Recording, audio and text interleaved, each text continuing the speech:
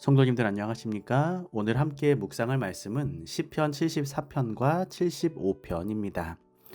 시편 74편은 11편의 아삽 자손의 시 중 두 번째 시입니다. 만일 이 시가 느부갓네살 왕에 의한 예루살렘 멸망 후에 지어진 시라면 아삽 본인이 아니고 그의 후손들에 의해 지어진 시일 것입니다. 시편 74편은 하나님에게 버림받은 것 같은 유대인들의 비참한 상태와 성소의 파괴에 중점을 두고 있습니다. 그래서 마치 예레미야 애가와 비슷한 서러운 음조를 띠고 있습니다.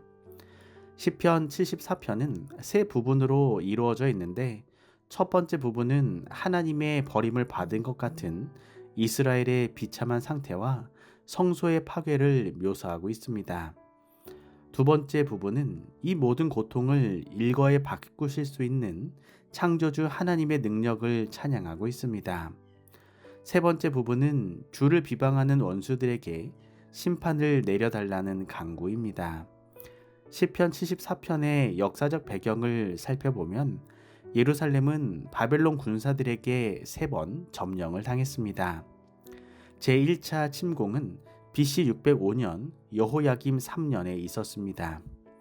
그때 바벨론은 여호야김을 사로잡고 많은 포로와 함께 돌아갔습니다. 다니엘도 이때 포로로 잡혀갔습니다. 제2차 침공은 BC 597년 여호야긴 시대에 있었습니다. 느부갓네살은 여호야긴과 그의 가족들을 포로로 잡아갔습니다. 성전과 왕궁의 귀한 보물들을 바벨론으로 가져갔음은 물론입니다. 제3차 침공은 시드기야 왕 9년 10월 10일에 시작되어 시드기야 11년, 즉 BC 586년 5월 7일까지 계속되었습니다. 그 후 예루살렘은 70년 동안이나 황폐된 채로 남아 있었습니다. 시편 74편 1절에서 3절입니다. 하나님이여 주께서 어찌하여 우리를 영원히 버리시나이까? 어찌하여 주의 치시는 양을 향하여 진노의 연기를 바라시나이까? 옛적부터 얻으시고 구속하사 주의 기업의 지파로 삼으신 주의 회중을 기억하시며 주의 거하신 시온산도 생각하소서. 영구히 파멸된 곳으로 주의 발을 드십소서. 원수가 성소에서 모든 악을 행하였나이다. 시인은 예루살렘과 성전의 황폐함을 보고 놀라움을 금치 못합니다. 이스라엘은 주께서 친히 치시는 양들이 아니었던가? 구속하사 주의 기업으로 삼으신 지파가 아니었던가? 더군다나 하나님의 거룩한 성전까지 파괴된 것을 시인은 도저히 이해할 수 없었습니다. 시작부터 어찌하여 라는 한탄이 연달아 터져 나오며 영원히 버리시나이까 라는 탄식이 나오는 것을 봐서 그 당시 예루살렘의 형편은 말할 수 없이 절망적이었다고 보여집니다.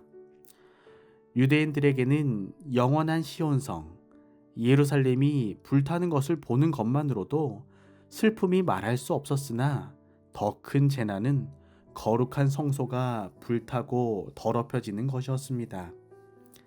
다시는 성전을 회복할 수 없을 것처럼 보였습니다. 그들이 이제 어떻게 하나님께 나아갈 수 있을 것인가? 그들은 서러움과 낭망을 못 이겨 부르짖었습니다. 하나님이여 주께서 어찌하여 우리를 영원히 버리시나이까? 어찌하여 주의 치시는 양을 향하여 진노의 연기를 바라시나이까? 하지만 후반부 9절부터 시인은 암담한 마음을 토로합니다. 시인을 더욱 놀라고 참담하게 한 것은 하나님의 침묵이었습니다. 어떤 표적도 보이지 않고 하나님의 뜻을 대변하는 선지자도 없었습니다. 이 능력이 언제까지 계속될지 아무도 알 수 없다는 것이 시인을 슬프게 했던 것입니다. 시편 74편 12절입니다. 하나님은 예로부터 나의 왕이시라.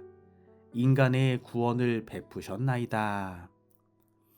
시인은 74편의 두 번째 부분에서 갑자기 창조주 하나님의 능력을 강조합니다. 예루살렘은 무너지고 성전은 파괴되어 이방 민족들 앞에서 하나님께서 능욕을 당하셨습니다. 그러나 우리에게 창조주 하나님이 계시다. 그 모든 것들은 다 창조주 하나님의 섭리였으며 그분이 다시 우리를 회복시켜 주실 것이다. 이것이 시인이 창조주 하나님을 강조한 이유였습니다.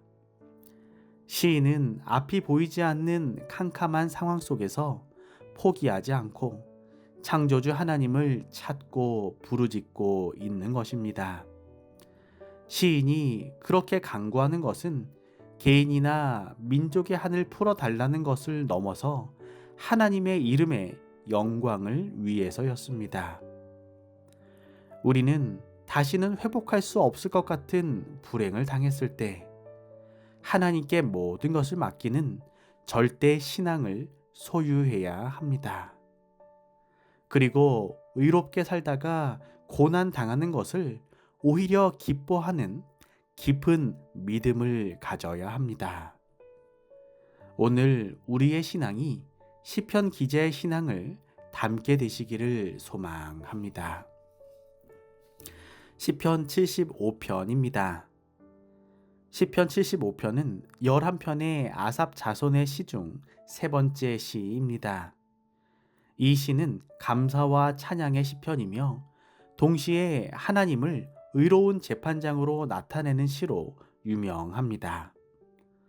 우리가 주께 감사한다고 복수형을 쓰는 것을 보아 공중 예배 시에 사용된 경축시라고 생각됩니다.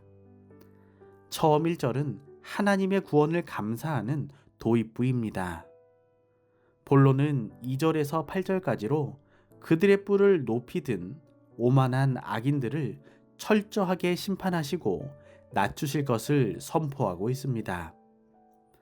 마지막 2절, 9절에서 10절은 다시 공의로운 심판장이신 하나님을 찬송하는 것으로 끝을 맺습니다.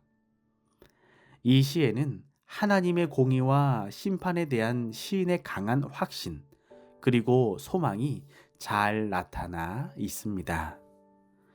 시편 75편 2절입니다. 주의 말씀이 내가 정한 기약을 당하면 정의로 판단하리니.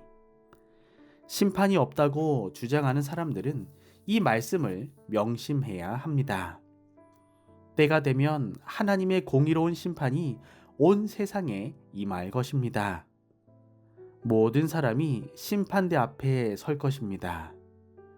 그러나 그리스도 안에 있는 사람들은 정죄가 없고 그때에 무죄가 선고되기 때문에 심판도 복음이 됩니다.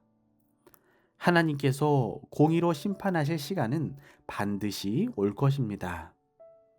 그날을 준비하고 심판이 나에게 복음이 되며 복된 날이 될 수 있도록 늘 준비하게 되시길 소망합니다. 시편 75편 4절입니다. 내가 오만한 자더러 오만히 행치 말라 하며 행악자더러 뿔을 들지 말라 하였노니. 뿔을 높이 든다는 말은 악인들의 오만한 모습을 상징하는 말이기도 하고 남을 해치려는 공격적인 모습을 나타내기도 합니다. 뿔이 있는 짐승이 싸울 때는 뿔을 높이 들기 때문입니다. 하지만 시인이 말하는 뿔은 힘이나 통치권의 표상입니다. 악인의 힘을 다 꺾어버리고 의인의 힘을 높여주시겠다는 하나님의 말씀입니다. 다시 우리를 살리시겠다는 약속인 것입니다. 오늘 이 약속을 믿고 오늘 믿음 가운데 당당한 하루를 살아가게 되시길 소망합니다. 오늘은 안남순 집사님을 위하여 기도합니다.